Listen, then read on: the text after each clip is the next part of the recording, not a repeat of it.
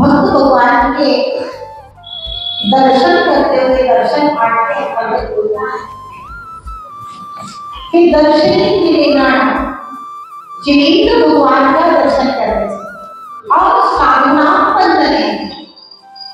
साधुओं की वंदना करने से जिस प्रकार से चित्र सहित हाथ में जल नहीं ठहरता है, ऐसे ही पापकर्म आत्मा में नहीं ठहरते हैं। जो लोग निरंतर साधुओं की वंदना और जिनेंद्र भगवान की आराधना, ये बुढ़ान नगरी से हम लोगों का पुराना रिश्ता है। आए तो हम यहाँ पे पहली बार हैं, लेकिन हमारे परम पूज्य गुरुदेव गणाचार्य 108 दिनांक सर्वदेव महामुनिराज जो प्रथम क्षुल्लक दीक्षा हुई, फिर बाद में मुनि दीक्षा हुई, तो जो क्षुल्लक दीक्षा हुई थी वह इसी बुढ़ान नगर में हुई। कुछ लोग स्वागत करते थे, भैया ध्यान देते, हाँ तो बोले आज सीखी है ना, जिन्होंने बोले हम लोग ने निकलवाई थी माता जी और इसी में जमाने में जो होता होगा रिक्शे में निकलवाई। सम्राट तपस्वी सम्राट आदरणीय संतनी सागर जी महाराज एक कमलों से एक क्षुल्लक दीक्षा संपन्न हुई थी। इसका मतलब है कि उस जमाने से उस समय में भी बुढ़ान में हमेशा साधु संतों का आगमन बना, वचन होते रहे, बड़े बड़े संत लोग आते रहे। तो ध्यान रहे, जहाँ पर संत आते हैं, संतों की वर्षाएं संपन्न होते हैं, संतों की वासनाएं संपन्न होती हैं, संतों का आवागमन जहाँ से होता है, वहाँ के श्रावक भगवान की भक्ति करना भी अपने आप सीख। ये जिनालय संतों की प्रेरणा से, संतों के आशीर्वाद से जो भावनाएं पैदा होती हैं, उसके द्वारा ये जिनालयों के निर्माण हुआ करते हैं, अचेतन तीर्थनी बन जाते हैं और ऐसे नगरों से चेतन तीर्थनी बनते हैं। मुनि श्री विनोद प्रसाद जी महाराज आपके नगर से बड़ी धूम मचा रहे हैं आजकल। यूट्यूब पे हजारों लोग उनके प्रवचनों को देखते और सुनते हैं और प्रसाद संपन्न हुआ। और भी महासागर जी, सागर में हमने महासागर जी महाराज के दर्शन किए थे।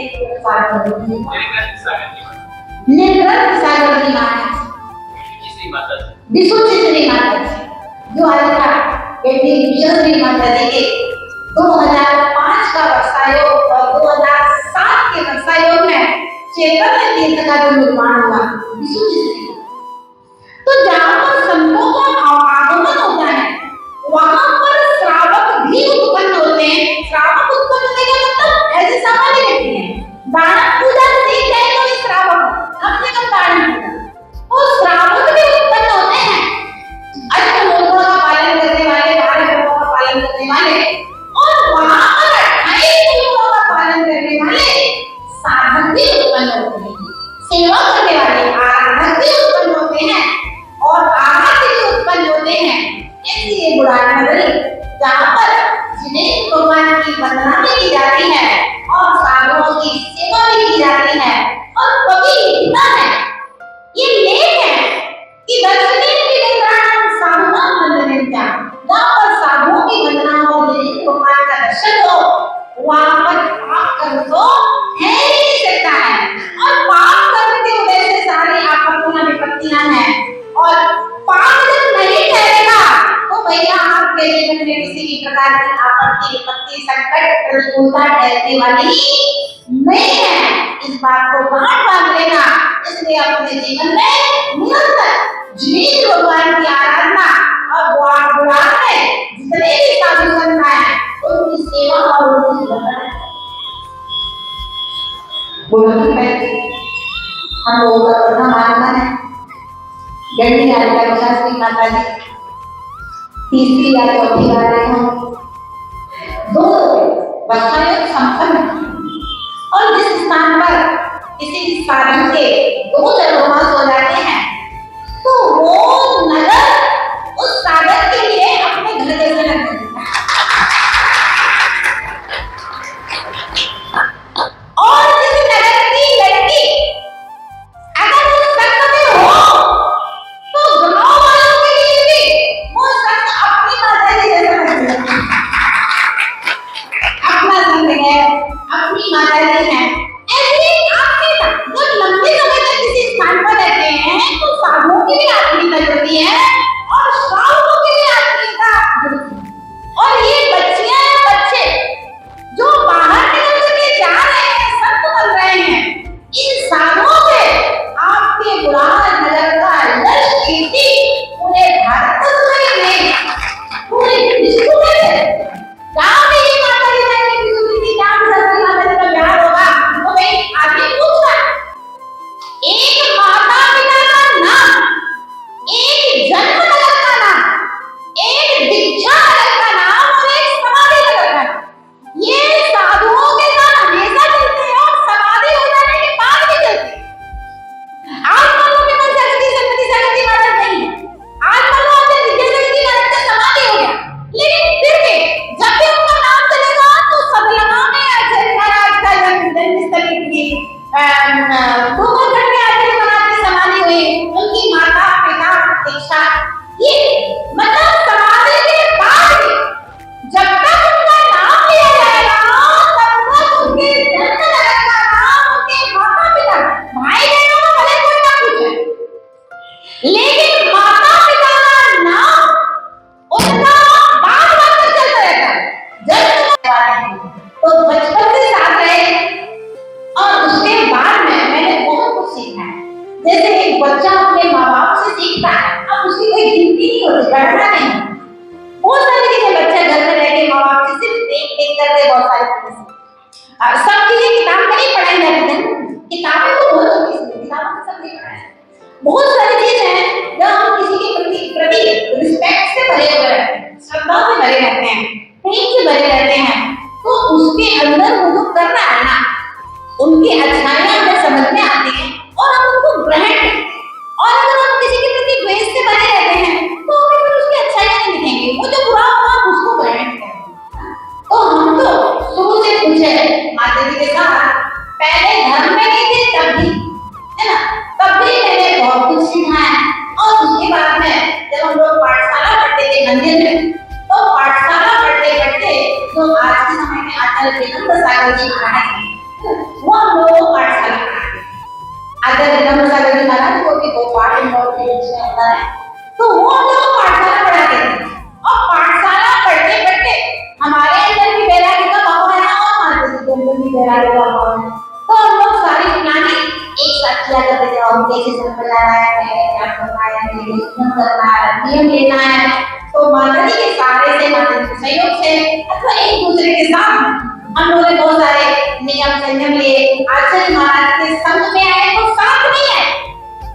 जब तक मेरे पापा नहीं आने दे रहे थे, माता जी छुट्टियों के स्कूल के पापा नहीं आने दे रहे थे, तो माता जी ने ठीक है पापा को बना लो, जब साथ में चले साथ में ही संग में आए।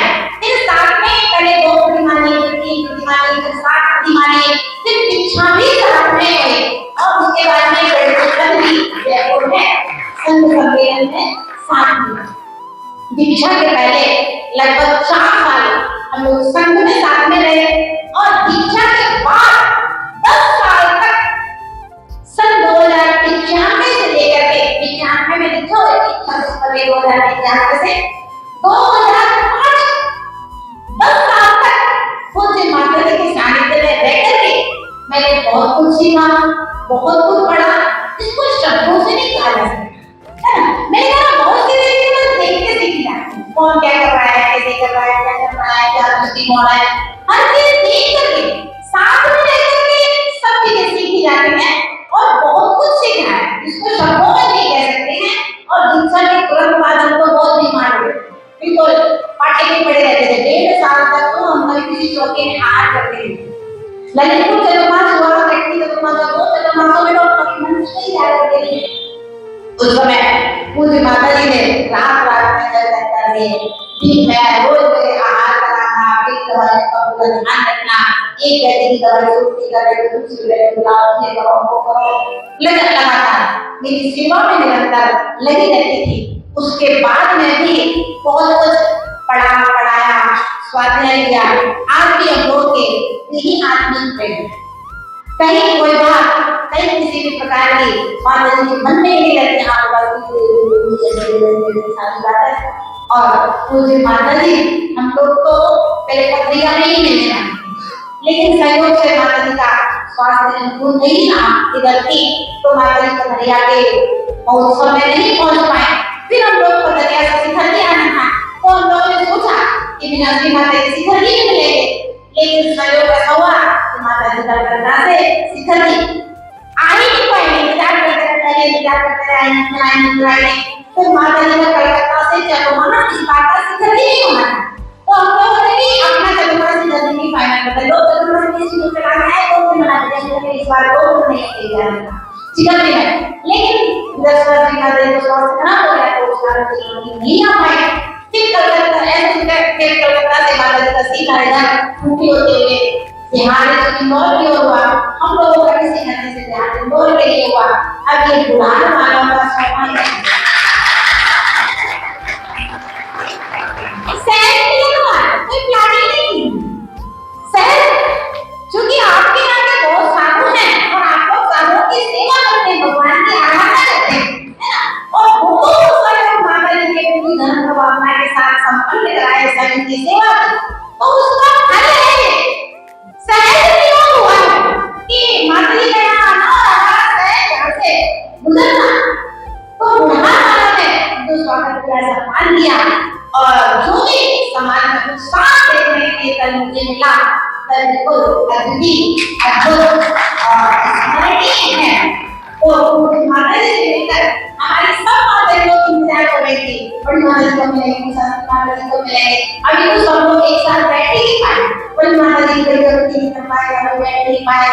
तो इस तरह से जो अद्भुत मिलन, जो हृदय में प्रसन्नता और प्रफुल्लता होती है ना, उसको शब्दों से बयान नहीं। 4 मिले 64 के 20 रहे कर दो, 4 नए मिले तो सामने वाले के 2, 64 खिले, 32 दांत खिले, 20 रहे कर दो,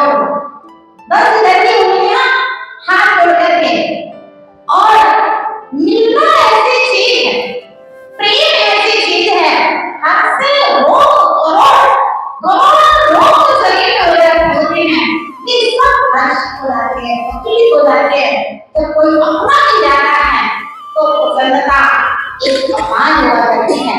और ऐसी प्रसन्नता हम लोगों के मन में कई और भगवान का सौभाग्य था कि यहाँ पर संयोग हुआ है। लेकिन अभी हम लोग का फिर क्योंकि गर्मी में हम नहीं है, गर्मी का मौसम है, धूप पड़ रही है और माता जी का भी विशाल संग है, कमरा माता जी का संग हम लोग का भी संग है। तो गर्मी के कारण से बालिकाओं को गर्मी के ऊपर से भी हो जाती है, नीचे तापन होती है, चलना ही मुश्किल होता है। तो इस कारण से अभी तो जल्दी ही मंगल विहार होगा, फिर कभी संदेश तक जाना आना होगा, फिर कभी लौट कर आना होगा। तो मुझे माता जी के चरणों में जीवन कल्याणी और माता से मिलकर के बड़ी प्रसन्नता हुई, प्रसन्नता हुई और मुझे माता जी का स्वास्थ्य अच्छा रहे और निरंतर उनकी मंगलमयी प्रार्थना निरंतर ऐसे मंगल के साथ बोलिए परम महाराज की जय।